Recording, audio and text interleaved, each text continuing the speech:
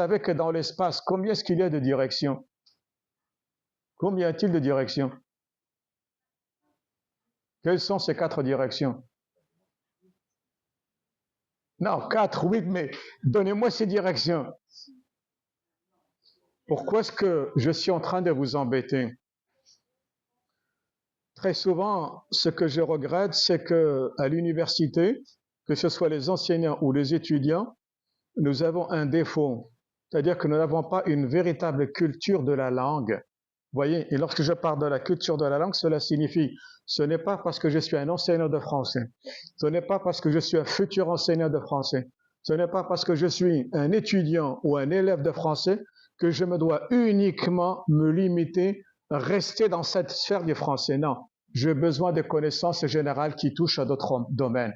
Et en tant que futur enseignant, vous avez besoin d'expliquer ces choses à vos futurs élèves. Donc, si vous n'avez pas de véritable culture, ça va être très, très difficile. Vous devez avoir de l'imagination. S'il vous plaît, dans l'espace, il n'y a que 3 directions. Il n'y a que 3. L'horizontale, la verticale, l'oblique ou la diagonale. Il n'y a que 3. Par contre, il y a combien de sens dans l'espace? Enfin, combien de sens? Sur chaque direction, nous avons 2 sens. Si c'est l'horizontale, nous avons la droite et la gauche. Si c'est la verticale, nous avons le haut et le bas. Et si c'est l'oblique ou la diagonale, nous avons l'ascendant et le descendant. Il faut être précis. Il faut être précis. N'oubliez pas, en l'absence de concept, tout discours scientifique n'est que du bavardage. Vous êtes responsable des termes que vous utilisez. Donc le sujet est l'orientation précise et exacte. C'est quand même bizarre. Dans la vie quotidienne, quelque chose qui est précis ou qui est exact, on a l'impression que c'est la même chose, n'est-ce pas? Et pourtant, non. Je peux avoir un résultat qui est précis, mais qui ne sera pas exact. Je peux avoir un résultat exact, mais qui ne sera pas précis. Quelle différence y a-t-il?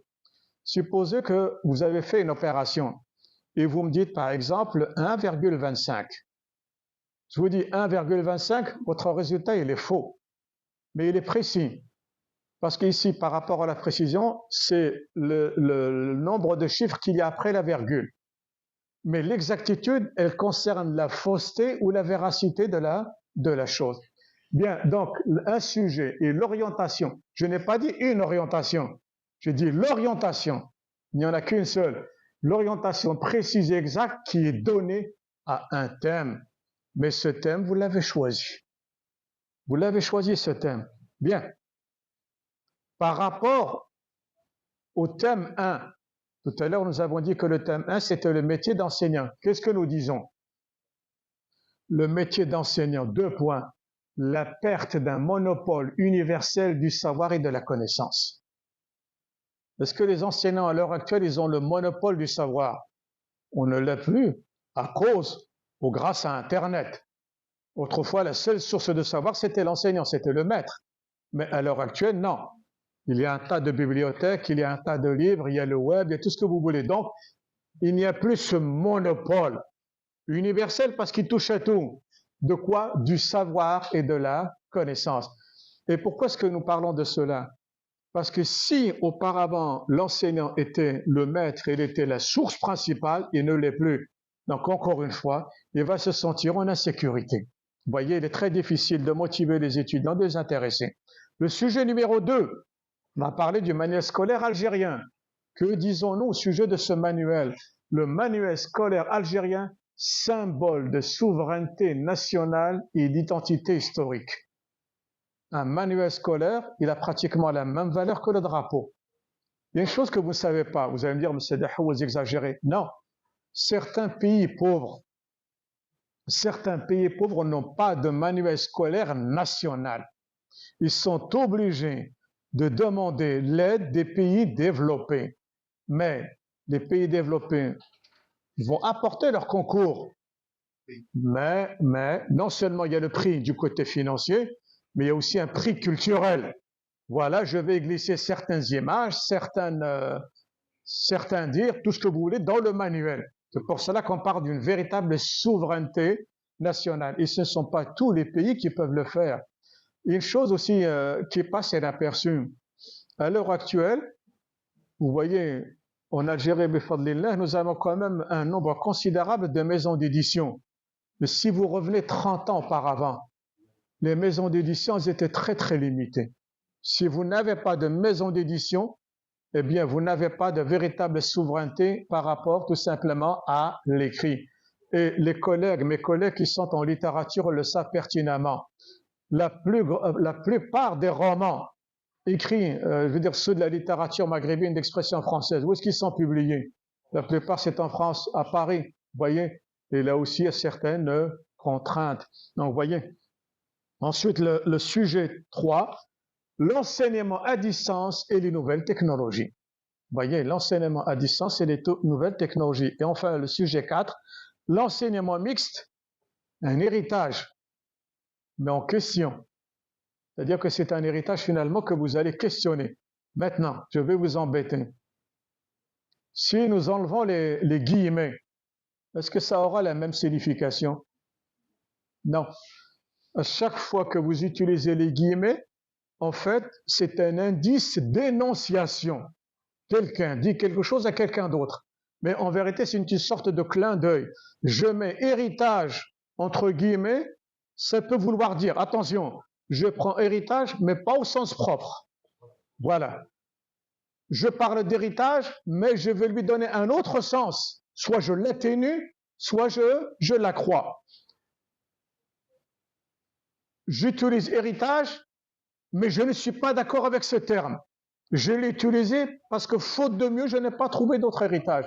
Donc, vous voyez finalement toutes les valeurs des guillemets. Vous voyez, cela aussi est important.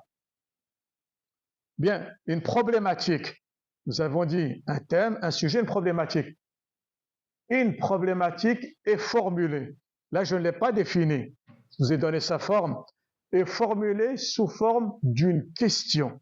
Et attention, à propos du thème, je n'ai pas dit thème, du thème que vous avez choisi. Chaque fois, ça devient précis. Vous êtes responsable des termes. Bien donc, une problématique est formulée sous forme d'une question, ce qui ne sera pas toujours le cas. On verra tout à l'heure, ce n'est pas toujours le cas. Bien, par rapport au métier d'enseignant et par rapport au sujet que nous en avons fait, qu'est-ce qu'on a dit? On pose une question. Dans quelle mesure la technologie facilite-t-elle la tâche d'enseignement? Dans quelle mesure? Ensuite, le manuel scolaire algérien permet-il d'acquérir une véritable culture générale qui contribue à forger l'identité historique des futurs citoyens? Vous êtes responsable de chaque terme que vous utilisez. Mais là, vous le constatez, s'il vous plaît, on aurait pu dire le manuel algérien permet-il d'acquérir une culture générale? Non. On a rajouté un adjectif, une véritable. Quelle est la différence? Si vous enlevez véritable, cela signifie que vous vous posez la question, culture ou pas culture? Mais lorsque vous dites une véritable culture, vous dites si, il y a un semblant de culture. Elle est là, la culture, mais jusqu'à quel point est-ce qu'on peut la considérer en tant que telle? Donc, à chaque fois que vous rajoutez un terme ou vous enlevez un terme, vous en êtes responsable parce que tout simplement, le sens général, il va complètement changer. Ensuite, quel est le véritable impact psychologique d'un enseignement à distance? C'est vrai. On s'est dit, tiens, c'est la technologie, c'est l'intelligence artificielle, mais psychologiquement, est-ce que quelque part nous ne sommes pas perturbés? Est-ce que nous ne sommes pas perturbés? Ensuite, la problématique 4, l'enseignement mixte est-il plus performant? Vous voyez? Donc finalement, chaque fois, lorsque vous parlez, enfin vous posez la question de savoir quel est le véritable impact psychologique, c'est-à-dire que finalement, votre approche, elle sera psychologique. Quelle différence y a-t-il, par exemple, entre une approche psychologique et une approche sociologique? L'approche sociologique, elle va s'intéresser aux individus, mais dans leurs relations à l'intérieur d'un groupe ou alors entre les groupes. Mais l'approche psychologique, elle s'interroge sur l'individu lui-même par rapport à son psyché, par rapport à sa personnalité. Donc, pour l'enseignement mixte, lorsqu'on parle de performance, qu'est-ce qu'une performance? C'est un résultat qui est attendu. Mais est-ce qu'on y arrivera ou est-ce qu'on n'y arrivera pas? Vous voyez? Donc ici, c'est par rapport tout simplement à l'agir. Bien. Maintenant, une hypothèse est une réponse. Soyons logiques. Si c'est une hypothèse, c'est une réponse. Il n'y a pas une multitude de réponses. Nous trichons lorsque nous disons qu'il y a différentes réponses parce que nous sommes obligés de la découper pour mieux la comprendre pour des raisons pédagogiques. Une hypothèse est une réponse à quoi? À la problématique. Quelle problématique? Celle que j'ai arrêtée. C'est-à-dire je l'ai délimitée, je l'ai précisée. Bien, c'est une prise de position. Pour quelle raison? Parce que tout simplement, lorsque vous parlez d'un phénomène, quelque part, on l'a dit tout à l'heure, c'est une discussion. Donc, est-ce que finalement, est-ce que vous êtes pour, est-ce que vous êtes contre? Vous allez me dire, on est neutre. Il n'y a pas de neutralité. La neutralité, ça n'existe pas. On a toujours prétendu que le langage, le discours scientifique, on a toujours dit qu'il était monosémique. Il n'y a qu'un seul sens. Le discours littéraire, il est polysémique. Ce n'est pas vrai. Si vous pouvez dire la même chose de deux façons différentes, nous ne sommes plus dans l'objectivité. Nous sommes dans la subjectivité. Pourquoi faudrait-il que Dr Selm il dise l'eau bout à 100 degrés? Dr Felier, chez lui, préférera dire non, la température d'ébullition de l'eau est de 100 degrés. Pourtant, le résultat est le même. Mais si l'un, il est rhétorique, l'autre, il est plus scientifique par rapport à la formulation, par rapport à la phraséologie, c'est-à-dire au type de phrase qu'ils ont tout simplement. Bon, la prise de position, soit elle est tranchée, c'est-à-dire elle est catégorique, c'est un oui ou c'est un non, ou alors elle est nuancée, c'est lorsque vous dites oui, mais non, voilà, c'est-à-dire que vous êtes beaucoup plus ou moins souple. Dans la vie quotidienne, nous avons tendance à mélanger entre le point de vue et l'opinion, alors que ce n'est pas vrai. Qu'est-ce qu'un point de vue? Soit vous le prenez au sens abstrait, soit vous le prenez au sens concret. Au sens concret, un point de vue, c'est le lieu géographique où vous vous placez pour voir quelque chose. Je suis ici, je vous vois, je ne vois rien derrière moi. Et puisque je suis un être humain, et qu'est-ce qu'elle m'apprend, la physique et l'optique? Un être humain a un champ de vision de 180 degrés. Donc je peux voir. Un animal, il est de combien? Combien un animal? Si l'être humain c'est 180 degrés, certains animaux, sauf le caméléon, un caméléon peut faire 360, mais la plupart c'est 240 degrés. Et plus vous allez vite, et plus tout simplement ce champ de vision il se réduit. Mais qu'est-ce qui se passe derrière moi? Je ne le sais pas. Donc le point de vue, c'est le lieu géographique où vous vous placez pour voir.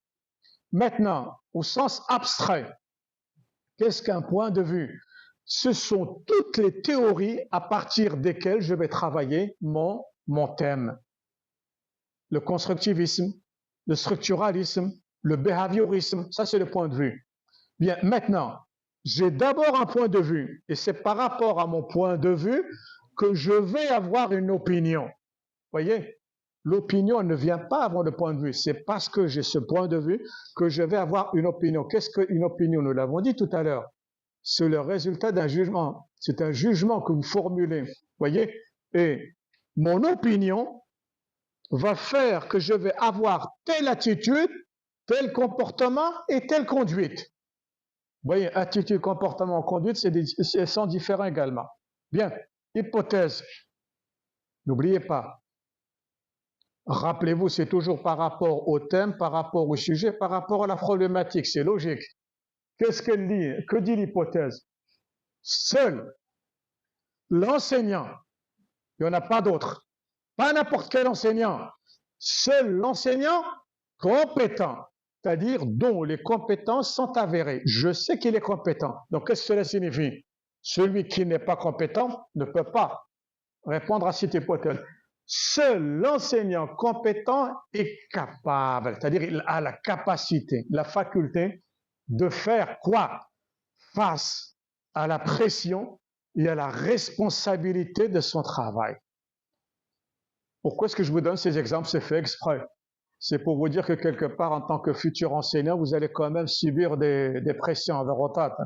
Mais vous avez une responsabilité aussi. Qu'est-ce qu'une responsabilité? C'est répondre aux deux, c'est-à-dire apporter la garantie que. Donc, seul l'enseignant compétent est capable de faire face à la pression et à la responsabilité de son travail. Et c'est ce que nous allons démontrer si jamais vous traitez de ce thème-là. Hypothèse 2. Le manuel scolaire algérien est un instrument. C'est un instrument. Et faites la différence entre instrument et outil. La différence, c'est qu'un outil, il est simple. Un instrument, il est compliqué. Qu'est-ce que la différence entre simple et compliqué? Simple, un seul morceau, il n'y a pas d'articulation. Compliqué, il est articulé. Le manuel scolaire algérien est un instrument, j'ai oublié le 1, vous voyez, on peut commettre aussi des bêtises, qui ne prend pas, je n'ai pas dit qu'il ne prend pas en compte, qu'il ne prend pas suffisamment. Vous voyez, vous êtes responsable de la valeur de l'adverbe de manière. Qu'il ne prend pas suffisamment en compte quoi? La diversité des apprenants. Et lorsqu'on parle de la diversité des apprenants, nous savons que dans une salle de classe à l'heure actuelle, le niveau, il est hétérogène. Chacun a son propre niveau. Ce n'est plus comme il y a quelques années, le niveau était plus ou moins homogène. Diversité des apprenants. Bon, même si en Algérie, c'est moins accru, parce qu'à l'étranger, par exemple, nous avons des apprenants qui viennent de tous les pays. C'est ça aussi l'idée de diversité, du coup social. Hypothèse 3, l'enseignement à distance. N'oubliez pas, par rapport à la problématique, au sujet, l'enseignement à distance constitue une forme détournée. Elle est détournée, elle est indirecte. Détournée de quoi? De solitude et d'isolement. Qu'est-ce que nous avions dit tout à l'heure dans la problématique? Rappelez-vous, qu'est-ce que nous avions dit? Impact psychologique. Donc, lorsqu'on parle de solitude et d'isolement, nous sommes toujours dans la psychologie. Vous voyez, nous sommes toujours dans la psychologie. Est une forme détournée de solitude et d'isolement. Ce que vous constatez, s'il vous plaît, c'est que l'hypothèse, les verbes de l'hypothèse sont toujours conjugués au présent de l'indicatif, pas au futur, pas au passé. C'est au présent jusqu'à ce que je démontre le contraire. Vous voyez, donc par rapport à la formulation syntaxique et grammaticale. Et justement, et là, le conditionnel, c'est une distanciation. Mais n'oubliez pas que la méthodologie, effectivement, elle a évolué. Elle a évolué. D'ailleurs, Dr Farhat fait bien de me le rappeler, généralement, lorsque vous rédigez votre introduction, vous utilisez le futur simple pour dire voilà ce qu'on fera, etc. Mais vous savez qu'en pratique, l'introduction, c'est la dernière chose que vous rédigez. Donc le travail était fait. Si le travail était fait, pourquoi utiliser le futur simple? Ce n'est pas logique. Bien. Hypothèse 4, l'enseignement mixte, qu'est-ce qu'il fait? Renforce, c'est-à-dire davantage de force, renforce les relations humaines et consolide les rapports sociaux. Quelle différence y a-t-il entre relation et rapport? Relation et rapport. Il y a l'idée de lien. Il y a un lien quelque part. Lorsque vous dites relation et rapport, il y a un lien. Mais je vous l'ai dit, je vais vous donner un exemple concret. Je vais expliquer simplement, cher. OK? Je pose la question à mes collègues au sujet de notre collègue. Je lui dis, quelle est-elle? Docteur Farhat, il va me répondre, c'est ma sœur. Ça, c'est la relation. Les relations ici dans le sens de lien de parenté. Bon, je vous dis, bon, ça y est, tu m'as donné la relation, mais quels sont vos rapports? Ah, il va me dire, c'est des rapports amicaux. Parce que ça, ma belle Khawa, on ne s'entend pas. Il y a des rapports conflictuels. Donc, faites la différence entre le rapport qui concerne l'agir et la relation.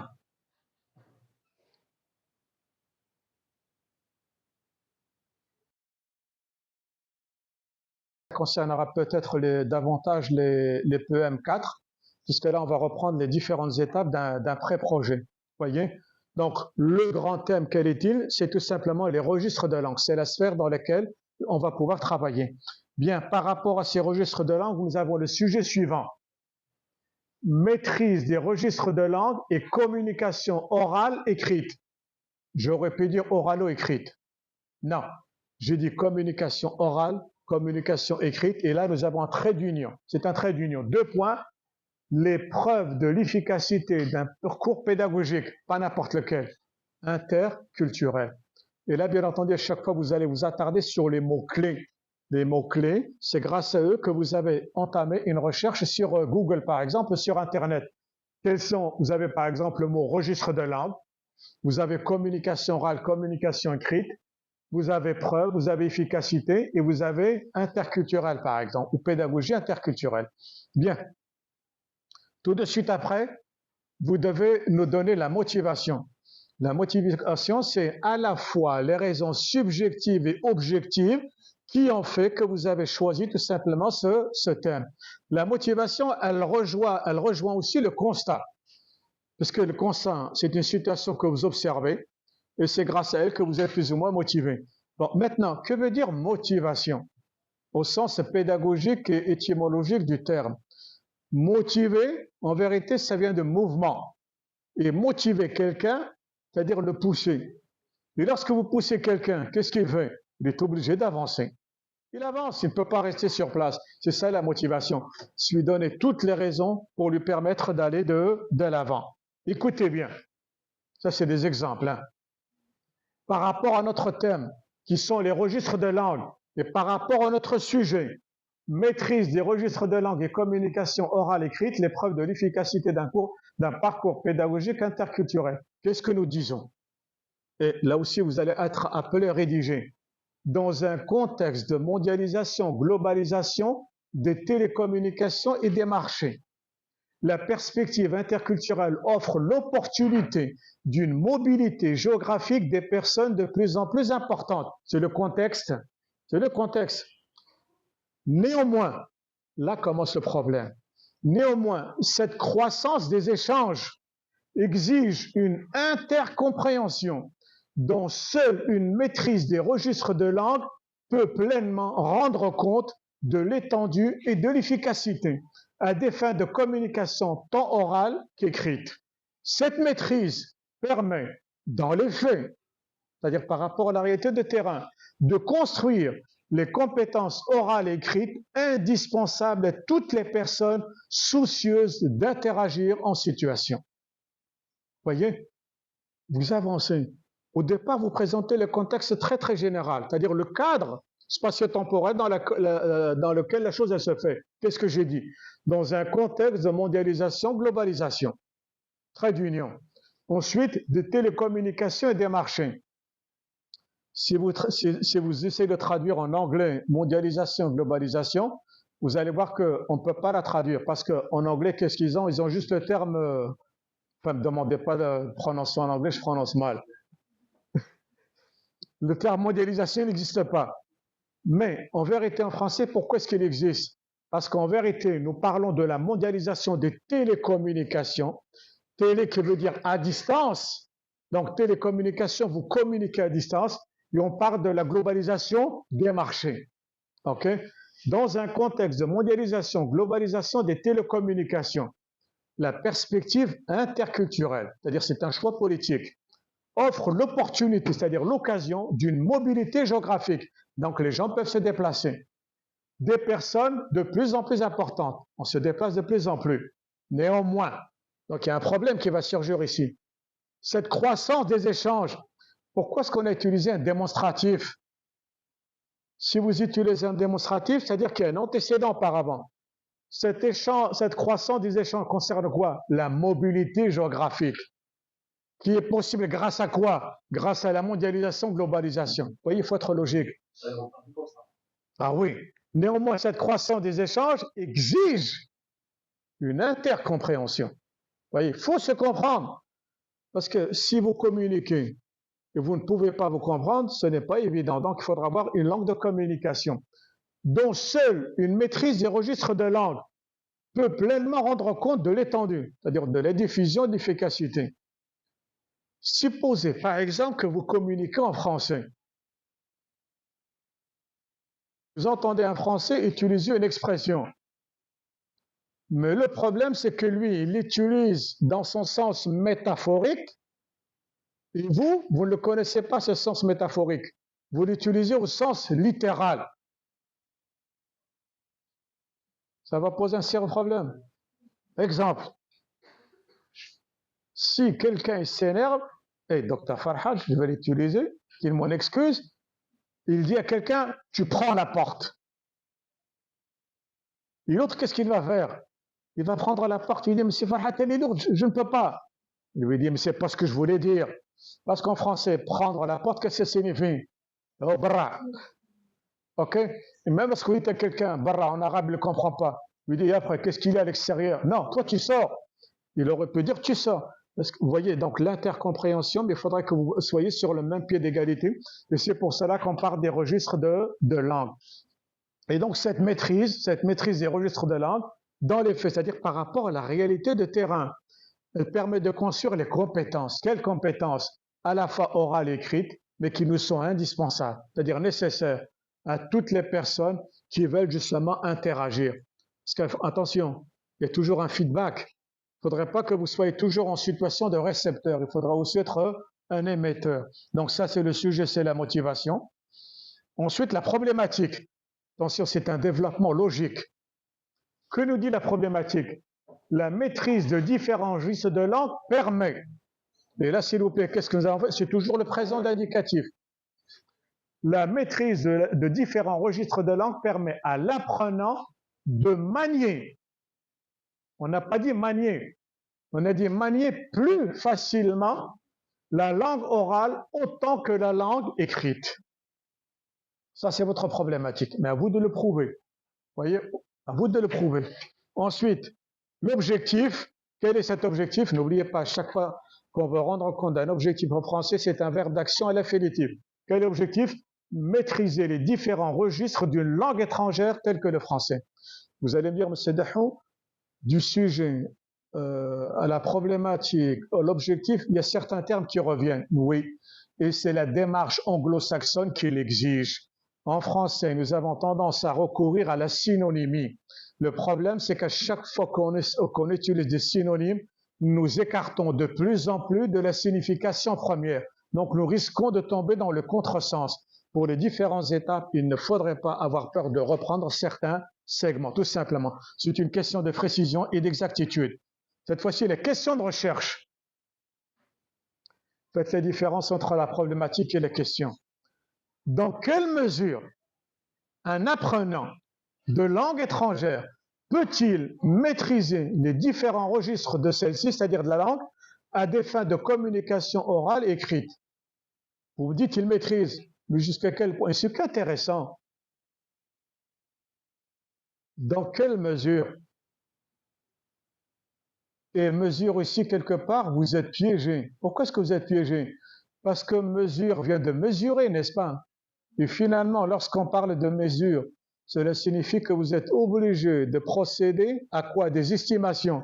Et les estimations ne peuvent être que statistiques. Autrement dit, c'est une approche quantitative et pas forcément qualitative. Donc, voyez ce que induit déjà le terme mesure. OK? Donc, si vous utilisez un mot, quelque part, vous êtes piégé. Vous êtes piégé. Bien. C'est des illustrations. C'est pour cela que vous m'excusez parce que je suis en train de perdre un peu de la voix. Ça, c'est beaucoup plus à caractère illustratif. C'est pour ça que je vais essayer de faire assez rapidement pour aller vers le volet vraiment technique de la chose. Mais l'essentiel, c'est que le plus intéressant pour nous, c'est que ce sont les différentes étapes par lesquelles vous êtes obligé de passer. Bon, on aura l'occasion, si les collègues le permettent, avec les instances administratives et scientifiques, de faire d'autres rencontres et de discuter des différentes possibilités en ce qui concerne la manière d'encadrer directement. Bien, donc cette fois-ci, notre exemple va porter beaucoup plus sur l'argumentation. Vous le constatez, c'est l'argumentation. Voilà le sujet. L'argumentation et son apport à la légitimation du discours scientifique.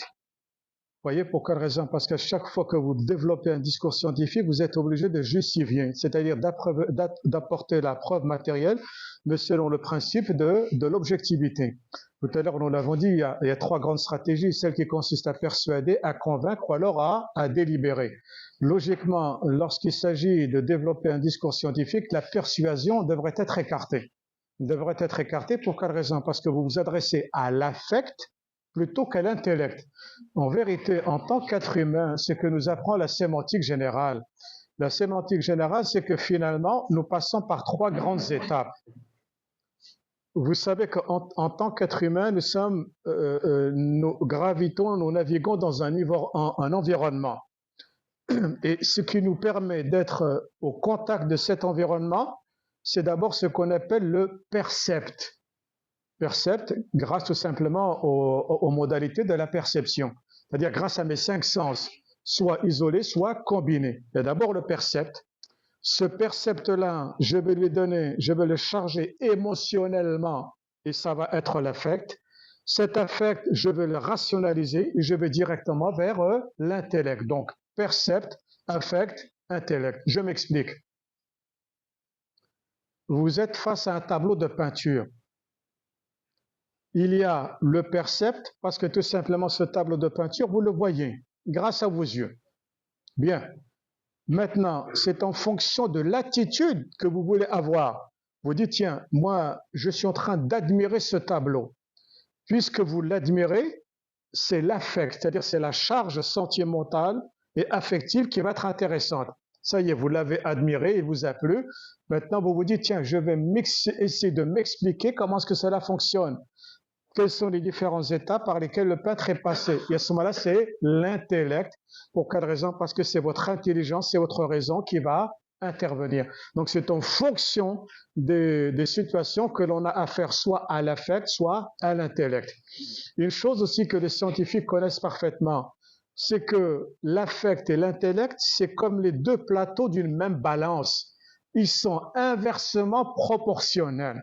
C'est-à-dire que vous avez la balance qui est dans un état d'équilibre précaire, instable. Vous voulez comprendre un phénomène, donc c'est le plateau de l'intellect qui s'élève, mais en même temps c'est celui de l'affect qui se rabaisse. Maintenant, non, vous l'appréciez, vous l'estimez, donc c'est l'affect qui se soulève et l'intellect qui se rabaisse. Donc c'est inversement proportionnel. D'accord? Bien, donc nous avons dit l'argumentation et son apport à la légitimation du discours scientifique. Généralement, c'est la forme sous laquelle vous retrouvez la grande majorité des titres chez nous en tant qu'Algériens, c'est-à-dire vous avez un premier syntagme nominal, ensuite un second syntagme nominal, et ils sont reliés par une conjonction de coordination. La seule chose sur laquelle vous devez vous arrêter, c'est de vous poser la question de savoir, mais quelle est la valeur de cette conjonction de coordination? Quelle est sa valeur? Lorsque je mets d'un côté l'argumentation, c'est mon point de départ, mais cette argumentation, je vais la réfléchir selon une certaine forme de légitimation, quelle est la valeur de et? Et là, encore une fois, on donne des exemples. Bien, et les exemples que je vais vous donner, je vais les fuser tout simplement dans la littérature. Dans les fables de La Fontaine, lorsque vous dites le loup et l'agneau, le lièvre et la tortue, nous avons affaire à deux personnages, n'est-ce pas? Mais est-ce que le et, c'est-à-dire la conjonction de coordination, a la même valeur? Non, elle n'a pas la même valeur. Pour quelle raison? Parce que lorsque vous dites le loup et l'agneau, quelle valeur est-ce qu'elle pourrait avoir? Oui, dominant, dominé. Maintenant, dominant et dominé, opposition, vous devez pouvoir la justifier. Apportez-moi la preuve matérielle de ce que vous dites. Eh bien, tout simplement, on va vous dire, écoutez, parce que l'un, c'est un carnivore et l'autre, c'est un herbivore. Mais dans le cas du lièvre et de la tortue, est-ce que c'est une opposition? Ce n'est pas véritablement une opposition. Ou alors, c'est beaucoup plus une sorte de conflit d'intérêts parce qu'ils appartiennent tout simplement à la même catégorie. Donc, vous voyez, la conjonction de coordination n'a pas du tout la même valeur en fonction du contexte. Et pourtant, c'est la même conjonction. D'accord? C'est la même conjonction. Donc, l'argumentation et son apport à la légitimation du discours scientifique. J'attire votre attention sur un point fondamental. Nous n'avons pas dit l'argumentation et son apport, c'est-à-dire ce qu'elle apporte. On n'a pas dit à la légitimité. Non, on a dit à la légitimation. La légitimité, le résultat de l'action.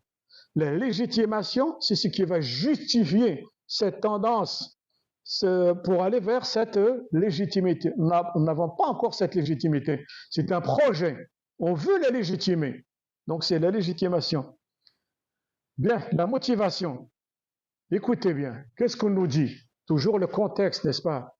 À une ère de post-vérité. Vous savez ce que veut dire la post-vérité? La post-vérité, c'est une tendance politique actuelle. Et pourquoi est-ce qu'on parle de post-vérité? Parce que finalement, ce n'est pas la vérité qui nous intéresse.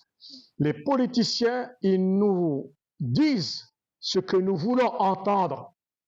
Vous voyez, c'est beaucoup plus l'affect qui l'emporte beaucoup plus que l'intellect. C'est pour ça qu'on parle de post-vérité. Donc, à une ère de post-vérité où la manipulation des esprits est devenue monnaie courante sous l'effet pernicieux, donc qui fait mal, mais très subtil des médias. Et oui, c'est une tendance indirecte.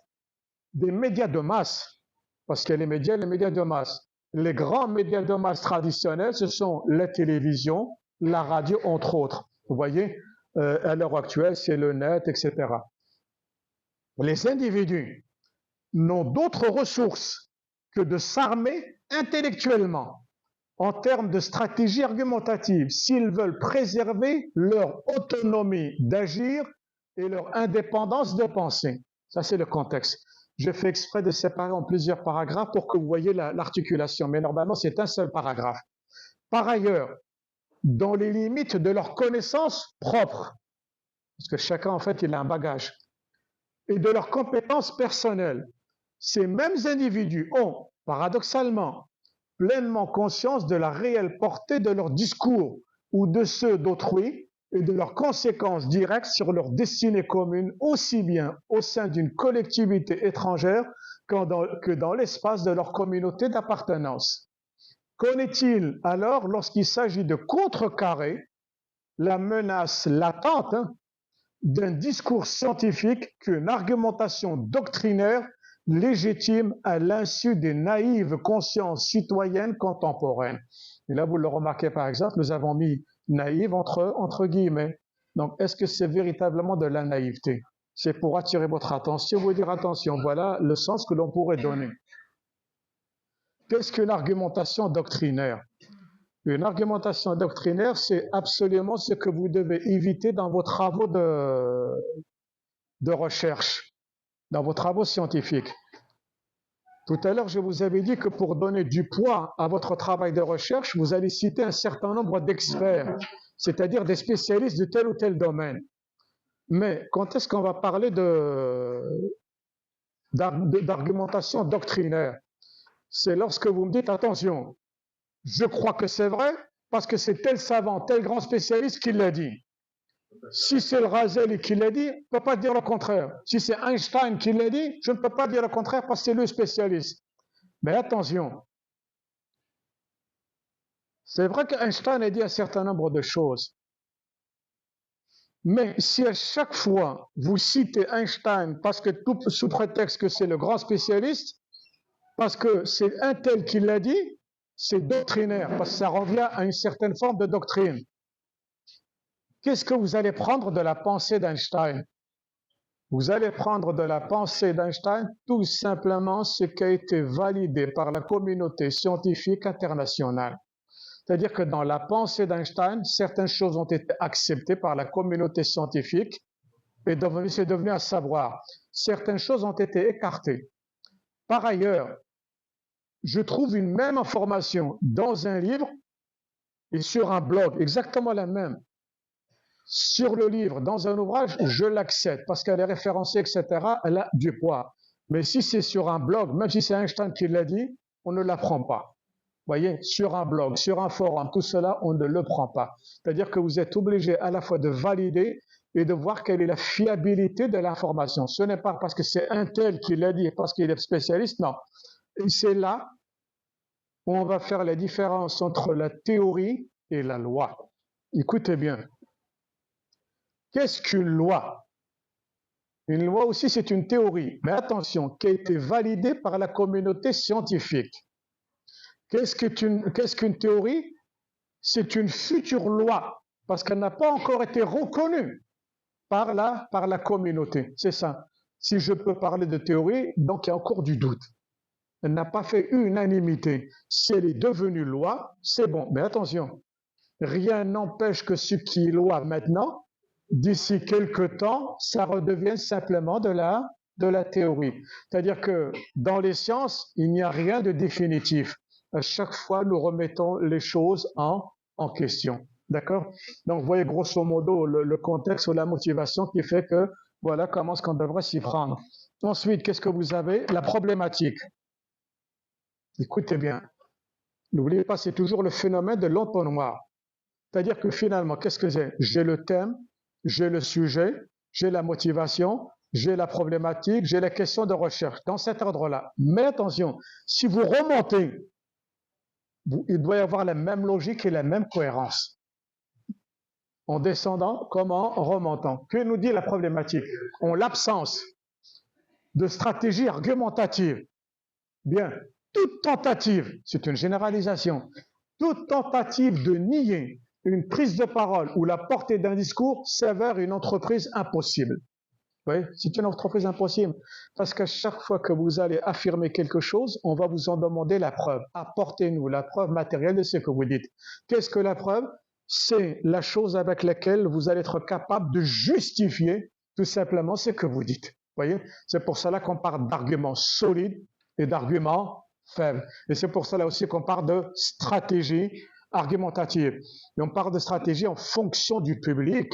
Si j'ai juste affaire à un enfant, est-ce que je vais utiliser la même stratégie que, par exemple, à mon égal? Non, c'est en fonction tout simplement de son statut, de ça. Bien, quel est l'objectif? Maîtriser les principes élémentaires, c'est-à-dire de base, de l'argumentation. Mais pourquoi?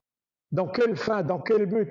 Afin de sauvegarder son autonomie de pensée. Relisez depuis le départ. Il y a des termes qui reviennent. Mais à chaque fois, vous avancez. Parce qu'attention, vous dites par exemple, c'est une information pertinente.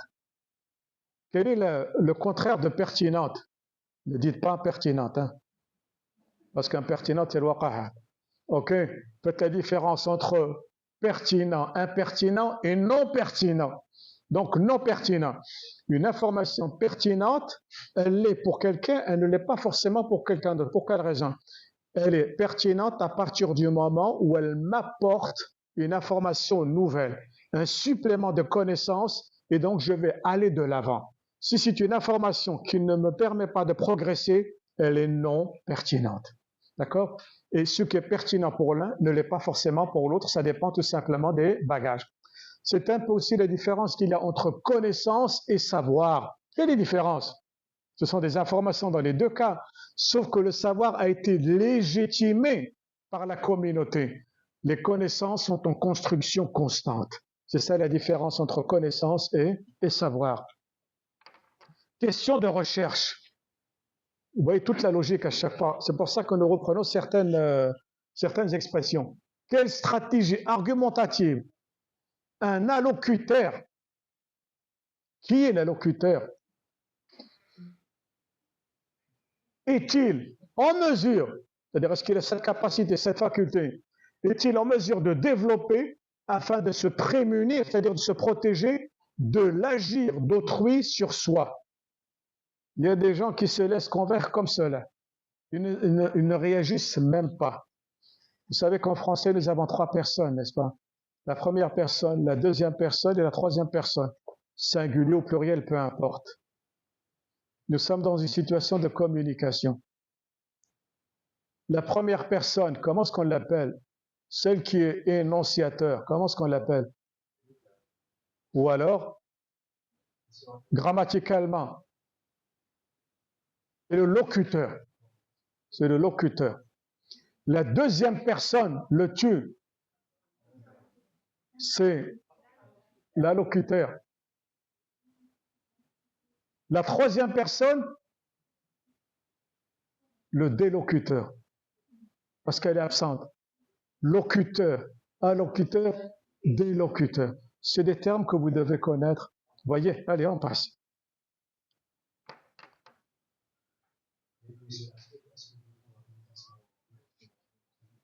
Pardon?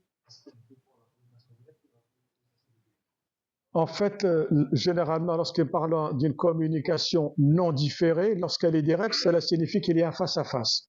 Et donc, nous sommes beaucoup plus du côté de l'oral. Lorsqu'elle est indirecte, elle est en différé, là, nous sommes beaucoup plus dans le cas du discours écrit. Vous voyez? Comme vous l'avez dit, dans le cas du discours oral, donc nous avons affaire à qui? À un énonciateur et à un énonciataire. Mais dans le cas du discours écrit, Nous avons tout simplement affaire à un destinataire ou alors à un descripteur. OK? Bien. Donc, c'est les différentes étapes par lesquelles vous allez passer pour la confection du pré-projet. Donc, thème, sujet, problématique, objectif, question de recherche, etc. Formuler des problématiques. Je vous donne un thème. C'est un exercice. Vous avez la fatalité. La fatalité. Donnez-moi une problématique avec la fatalité. Alors, je n'ai pas dit une fatalité, non. C'est mon thème, la fatalité. Mais une problématique qui sera en même temps un sujet aussi. Parce que parfois, la problématique, vous retrouvez tout cela dedans. Vous savez, c'est quoi la fatalité? Quelle est la différence entre le maktoub et la fatalité? Hein? Quelle différence y a-t-il? La fatalité, on subit le sort, on subit le sort ou al-masir. D'accord, le destin. Ça rappelle ce que dit Jacques le fataliste. Zargon, ça c'est intéressant. Parce que la fatalité n'est pas le fatalisme. Jacques est fataliste. En vérité, fatalité, c'est le sens direct de maktoub, c'est-à-dire dans les deux cas, c'est écrit. À une certaine époque, on pensait que le maktoub, c'est positif parce qu'on peut agir et interagir, alors que la fatalité est négative. Non, c'est le fatalisme qui est négatif. OK? Donc la fatalité, c'est l'équivalent de maktoub par rapport à notre propre culture. Ce qui ne l'est pas, c'est le fatalisme, vous voyez, péjoratif. Allez, est-ce que vous avez pensé à une... Oui, exactement. C'est-à-dire on ne peut pas réagir quoi qu'on fasse. Alors, voyez par exemple, oui, la fatalité libère la conscience humaine. La fatalité libère la conscience humaine. Attention, dans certains cas, je vous l'ai dit, la problématique est à la fois sujet et à la fois hypothèse. C'est une question de formulation. Bon, maintenant, en vérité, la véritable question que vous devriez me poser, c'est comment vais-je savoir qu'effectivement il s'agit d'une problématique? Si je pose des questions, qu'est-ce que la fatalité? Est-ce que c'est une problématique? Qu'est-ce qui fait? Donnez-moi les moyens de vérifier qu'une problématique est une problématique.